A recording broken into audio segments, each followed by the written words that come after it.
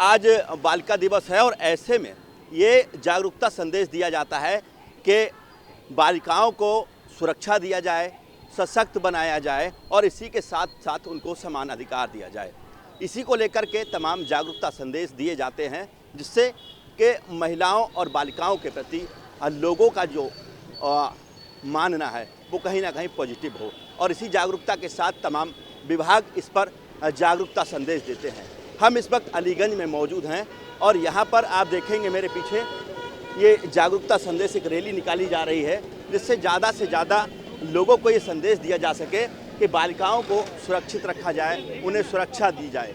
तो ये स्वास्थ्य विभाग की तरफ से ये रैली निकाली जा रही है और कई ऐसे स्लोगन और नारे दिए जा रहे हैं कि बच्चियों को उनको जीने का अधिकार, उनकी सुरक्षा और साथ ही साथ उनको सशक्त बनाने के लिए, शिक्षा के लिए तमाम जो संदेश हैं वो दिए जा रहे हैं। ऐसे में बेटी और बेटे में जो मतभेद था उसको कहीं ना कहीं दूर करने का प्रयास किया जा रहा है। तमाम माताएं बहनें जो है आज जो बालिकाएं हैं उनको सुरक्षित रखने के लिए अपने स्लोगन के माध्यम से संदेश दे रही हैं।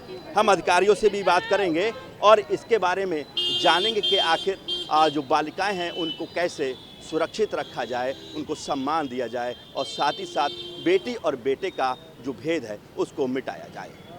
आज राष्ट्रीय बालिका दिवस है। बालिकाओं को सुरक्षित रखने के लिए, उनको सम्मान देने के लिए, उनको सशक्त बनाने के लिए, उनको बराबर का हिस्सा और सम्मान देने के लिए लगातार सरकार ये प्रयास करती है कि किस तरीके से महिलाओं को, बालिकाओं को और सशक्त बनाया जाए। हमारे साथ जीपी गुप्ता जी मौजूद हैं, उनसे बात करेंगे। सर, आज एक रैली आपके विभाग के द्वारा निकाली गई, क्या संदेश दिया गया और आने वाले समय में जिस तरीके से हालांकि जो प्रयास किए गए उनमें कहीं ना कहीं सफलता मिल रही है, जो सफलता अभी ये नहीं मिल पा रही उसको लेकर क्या जो है तरीके अपनाए जा रहे हैं?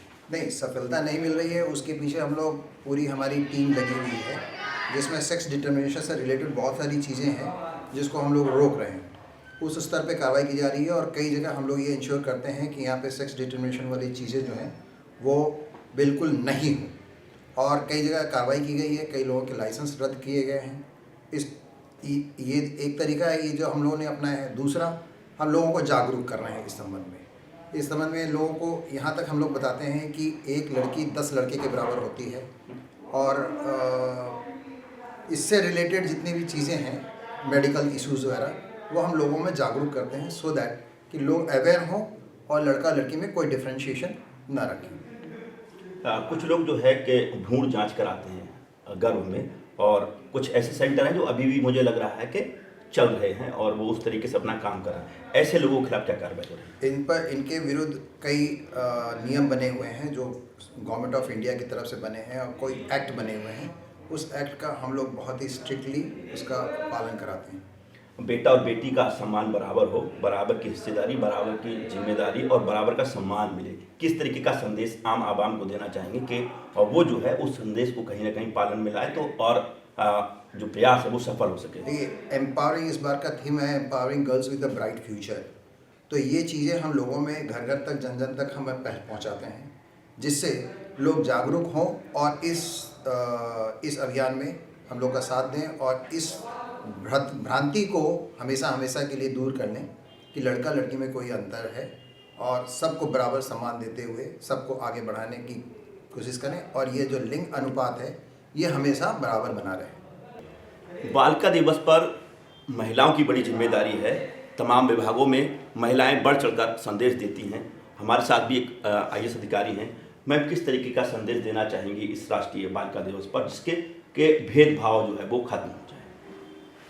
आज इस राष्ट्रीय बालिका दिवस पे सबसे पहले मैं जो सारे पेरेंट्स हैं जिन्होंने ये एक बहुत ही महत्वपूर्ण स्टेप लिया है कि वो अपनी जो बेटियां हैं, जो अपनी घर में महिलाएं हैं, उन्हें एम्पावर करते हैं, उनको कॉन्ग्रेचुलेट करना चाहूँगी। सबसे पहले संदेश कुछ नहीं है, बस यही है कि एक बार अगर आप लोग महिलाओं को मौका देंगे तो हम लोग भी बहुत कुछ करने की कोशिश कर सकते हैं। हम लोग कर रहे हैं, हम लोग चांद तक पहुंच गए थे, तो अब तो बहुत सारी चीज़ें जो है भारत आगे बढ़ रहा है, तो उस आगे बढ़ने में सबसे अहम योगदान महिलाओं का भी हो सकता है।